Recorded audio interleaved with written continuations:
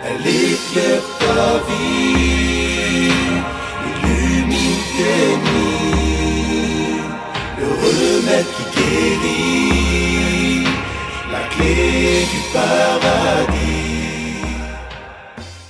Bismillahirrahmanirrahim. Alhamdulillahi Rabbil Alameen. والصلاة والسلام على سيدنا محمد أشرف المرسلين وعلى آله وصحبه الطيبين الطاهرين ومن تبعهم بإحسان إلى يوم الدين. Je commence par le nom de Allah, louange à Allah, et que l'honneur et l'élévation en degrés soient accordés à notre maître, le messager de Allah, ainsi qu'à sa famille, ses compagnons bons et purs, et à ceux qui les ont suivis dans le bien jusqu'au jour dernier. Chers auditeurs, chères auditrices, assalamu alaykum wa rahmatullahi wa barakatuh. Nous allons aborder, incha'Allah ta'ala, aujourd'hui, une question très importante du livret intitulé « La croyance des musulmans ». Cette question est « Quel est le plus grand péché ?» Avant de répondre, j'aimerais attirer l'attention des auditeurs que le mot « le plus grand péché » ici signifie le plus grave péché. Donc le terme « le plus grand » utilisé ici ne vient pas dans le sens de l'honneur et de l'éloge, pas du tout. C'est dans le sens du plus grave, du pire des péchés. En tout cas, de manière générale, tous les péchés, nous ne les aimons pas. Et Dieu ne les agrée pas. Quel est donc le plus grand des péchés? Quel est le plus grave des péchés? La réponse que les savants de Ahl-Sunnah ont donnée, c'est que le plus grand des péchés, c'est la mécréance. Il n'y a pas de péché qui soit plus grave que la mécréance. Le musulman désobéissant, même si ses grands péchés étaient nombreux, ils sont d'un degré moindre que la mécréance. Par exemple, il a frappé celui-ci, il a pris l'argent de celui-là, il n'a pas fait la prière, il a causé un tort grave à ses parents, et ce qui est de cet ordre. Mais il n'a pas commis de mécréance. Alors celui-là, nécessairement, Dieu lui fera miséricorde tant qu'il est mort sur la foi correcte. Attention, bien sûr, il ne s'agit pas ici d'inciter à la désobéissance. Cela ne signifie pas « allez-y, commettez des péchés ». Pas du tout, loin de là. Cela signifie préserver la base de la croyance, celle qui vous sauvera de l'éternité en enfer, et qui est la foi. Donc même si tu as commis des dérapages, Dieu te fera miséricorde, parce qu'il l'a dit, et la promesse de Dieu est vérité. Je répète, tant que la personne est morte sur la foi correcte, en ayant dans son cœur la foi correcte. Alors, quelle preuve on peut donner à propos de cela? On donne l'exemple cité par le prophète à propos d'un musulman d'une communauté antérieure et qui avait tué 99 personnes, puis qui a voulu se repentir. Il s'est renseigné à propos d'une personne qui a la science et qui pourrait donc lui répondre. Il a cherché à apprendre. Il lui a été indiqué une personne qui n'a pas de science et qui lui a donné un avis sans science. Il avait demandé, est-ce que je peux faire le repentir? C'est-à-dire, est-ce que le repentir de ma part est accepté? Et il lui a dit non. Alors, qu'est-ce qu'il a fait? Il a complété le nombre à 100 en tuant celui qui lui avait dit non. Puis il a demandé de nouveau à voir quelqu'un qui a la science. Ils lui ont indiqué quelqu'un qui était bon et qui avait la science. Il lui a posé la même question, mais ce savant lui a répondu, oui. Et qu'est-ce qui t'empêche de te repentir? Va vers telle région, tu adoreras Dieu là-bas avec les habitants de cette région. C'est-à-dire que ces gens-là sont bons, et quand tu vivras avec eux, ils t'indiqueront le bien. Donc, le repentir est accepté, c'est ce qu'il lui a répondu. Le repentir est accepté des petits et des grands péchés, aussi nombreux soient-ils. Et là, chers auditeurs, avant de continuer l'histoire, j'ouvre une parenthèse pour vous rappeler, et surtout aux jeunes d'entre vous, combien la fréquentation est déterminante.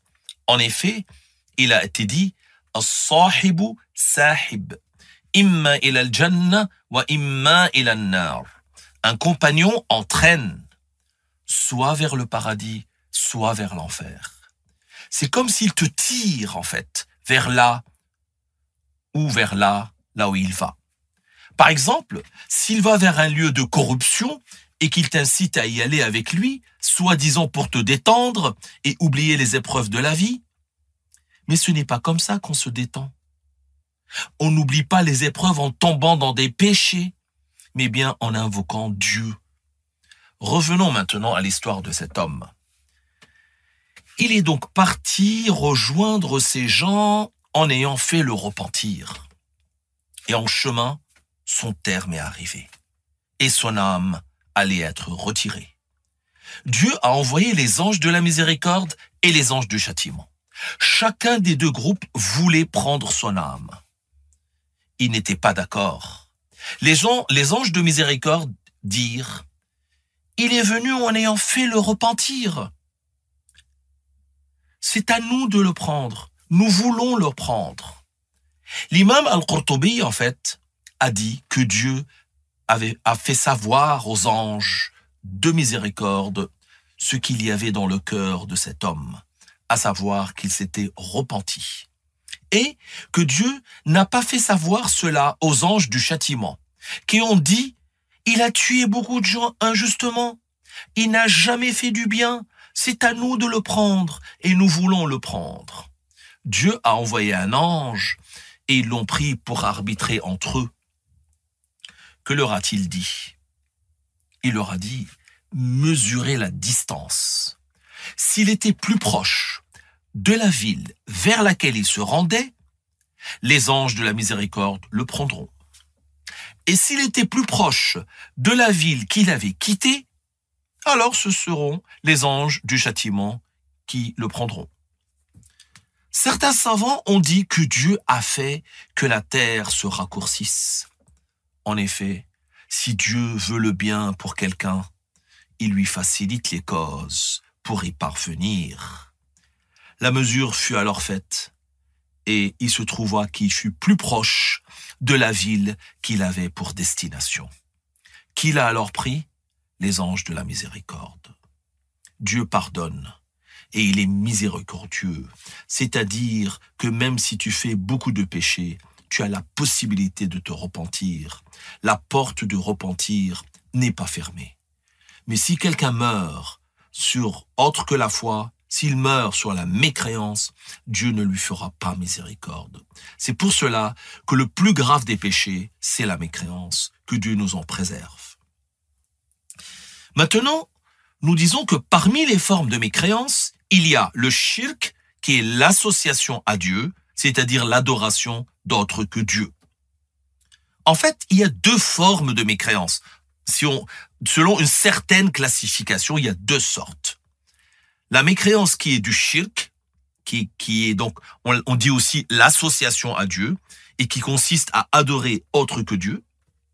Et la mécréance qui n'est pas du shirk, donc qui ne comporte pas le fait d'adorer autre que Dieu. Ceux qui ont adoré les idoles, le soleil ou la lune, qu'est-ce qu'on dit d'eux? On dit que leur mécréance est du shirk, une adoration d'autre que Dieu. Voilà. Mais si quelqu'un insulte un prophète comme Isa, Jésus, alayhi salam, par exemple, wal'iyadhu billahi ta'ala, c'est une mécréance, mais on ne l'appelle pas du shirk. Mais dans les deux cas, c'est une mécréance. Et si la personne qui a commis cela meurt ainsi, il ira en enfer et il n'en sortira pas, et son châtiment ne lui sera pas allégé. Celui qui meurt dans cet état restera en enfer éternellement, que Dieu nous en préserve. Donc, je répète, le shirk, l'association à Dieu, signifie adorer autre que Dieu. Voilà. Donc, celui qui adore autre que Dieu, on dit de lui qu'il est un mushrik en arabe. On dit aussi associateur en français. Un terme qui donne ce sens-là. Même s'il dit, moi, j'adore Dieu et j'adore avec Dieu quelque chose d'autre. Il est un mushrik, il n'est pas croyant. Comme certains ignorants qui disent, j'adore ma mère avec Dieu. Ça, c'est une mécréance explicite, en fait, qui a un seul sens. C'est une forme d'association, une adoration d'autre que Dieu. Or, cela fait sortir de la religion. C'est contraire à l'islam, contraire au tawhid. Allah Ta'ala a cité dans le Coran ce que Luqman a dit à son fils.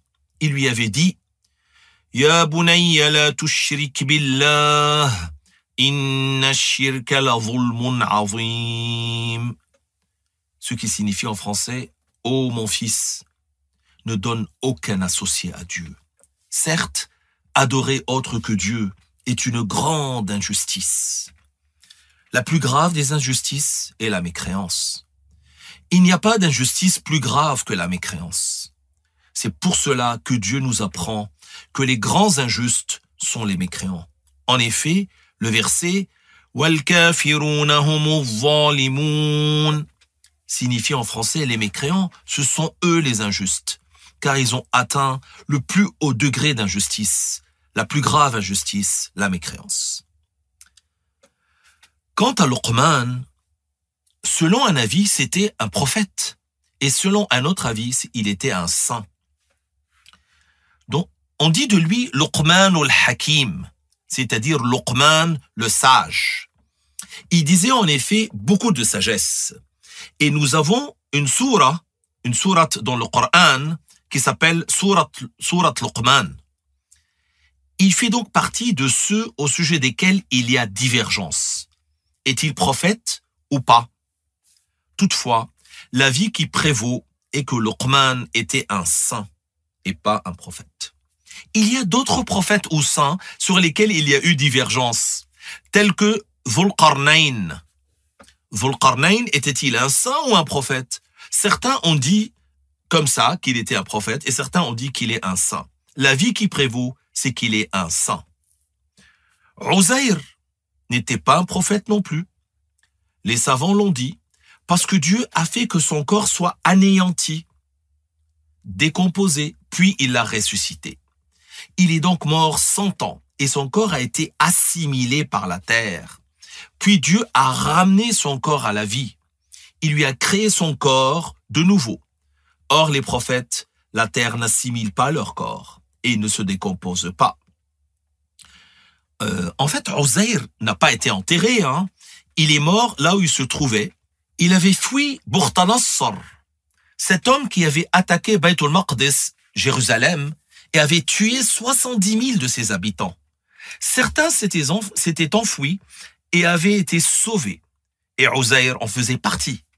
Quand Uzayr est revenu à Jérusalem et qu'il l'a trouvé en ruine, il a dit « Anna yuhyi hadhihi Allahu ba'da mawtiha » ce qui signifie en français « Comment Dieu fera-t-il reconstruire cette ville après qu'elle a été anéantie ?»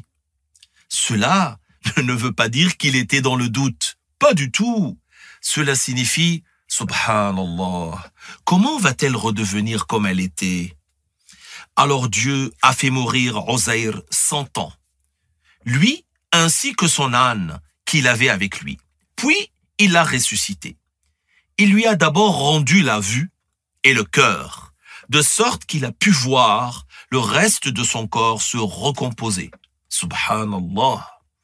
Puis, il a vu comment l'âne s'est recomposé, cet animal, comment ses os sont revenus, puis comment les os ont été recouverts de chair, puis de peau, par la volonté de Dieu.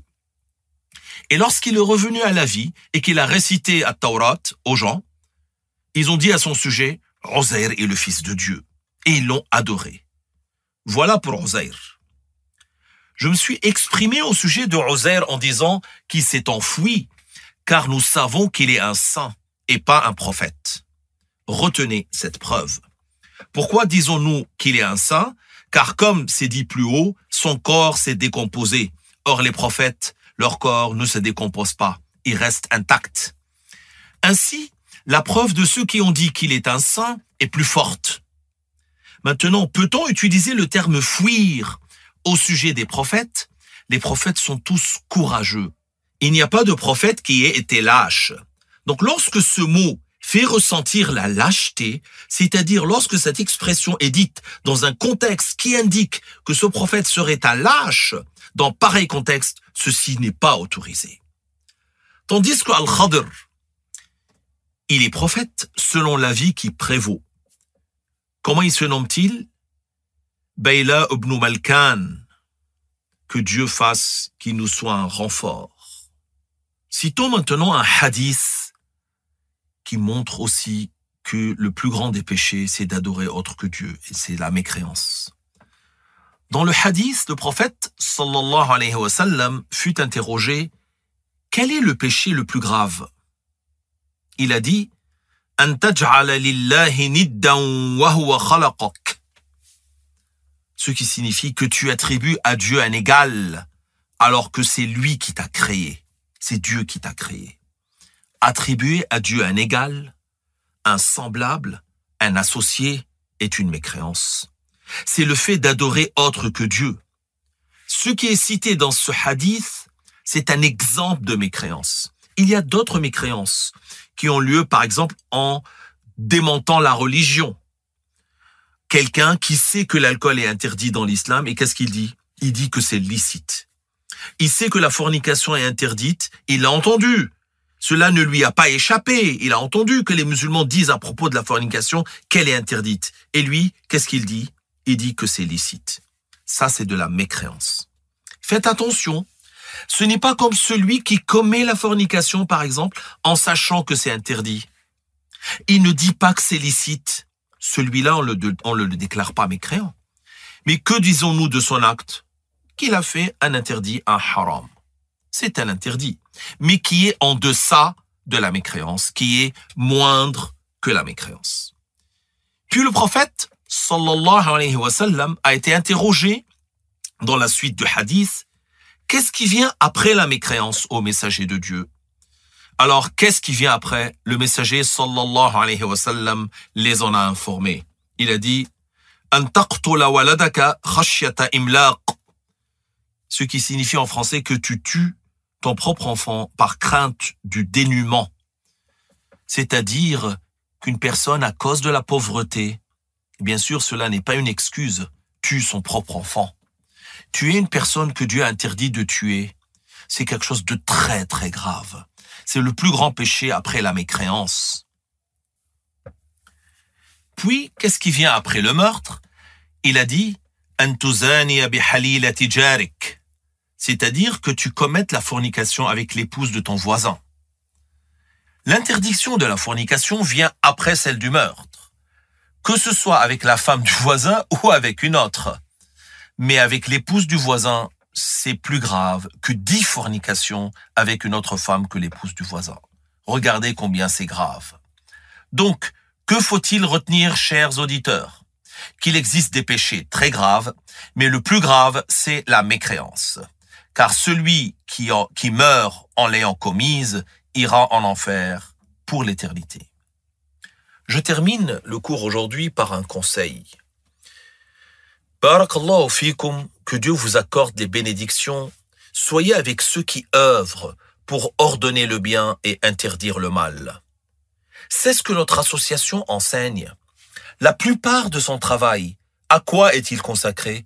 À l'enseignement de la meilleure des œuvres, à l'enseignement de la foi et à la mise en garde contre le plus grave des péchés qui est la mécréance. Soutenir la voie de Ahl-Sunnah, qui est la voie de la sauvegarde, fait donc partie des plus grandes obligations. Et cette association fait partie de ceux qui œuvrent dans ce sens-là. Elle est même à l'avant-garde pour cela. Ce n'est pas parce qu'elle s'appelle Association des projets. Quel que soit le nom de l'association, en tant qu'institution légale, soutenir cette voie fait partie des obligations les plus grandes. Et ce, parce que la voie de Ahl-Sunnah est la voie de la sauvegarde. C'est pour cela. Soyez, incha'Allah ta'ala, avec ferveur, des soutiens pour la religion agréée par Allah. Mais sachez aussi que faire la da'wa est un art. Et le Cheikh Hossam, notre bien-aimé, disait, si tu veux parvenir aux oreilles des gens, C'est-à-dire, si tu veux que les gens t'écoutent, il est indispensable de trouver un chemin vers leur cœur. Ne veux-tu pas que les gens t'écoutent? Si ton propre fils te fuit, il te répondra pas. Il ne te prêtera pas oreille. Il fera comme s'il n'entendait pas, n'est-ce pas? Et pour les gens, c'est pareil. Si tu veux parvenir aux gens, adopte un bon comportement. Et c'est ce qui est parvenu dans le hadith. لن تسعوا الناس بأموالكم ولكن تسعوهم بأخلاقكم. Vous ne pourrez pas combler le besoin de tous les gens avec vos biens, mais vous pourrez les rapprocher avec votre comportement. Le prophète, sallallahu alayhi wa sallam, est véridique. Quoi que tu possèdes comme richesse, quoi que tu aies comme bien, cela ne suffira pas pour combler le besoin de tout le monde. Tu ne pourras pas. Par contre, lorsque tu adoptes un bon comportement, tu peux atteindre le cœur des gens. Ainsi, ils accepteront de toi la science. Que Dieu honore et élève davantage en degré le messager de Dieu et qu'il lui accorde la préservation pour ce qu'il craint pour sa communauté. Faites des invocations en faveur du bien-aimé, le prophète Mohammed sallallahu alayhi wa sallam, que Dieu vous honore. Voilà pour le cours d'aujourd'hui. Je vous retrouve donc demain, chers auditeurs, Inch'Allah ta'ala, pour la suite de ce programme très important. Merci pour votre écoute. Barakallahu fikum. Wassalamu alaykum wa rahmatullahi wa barakatuh.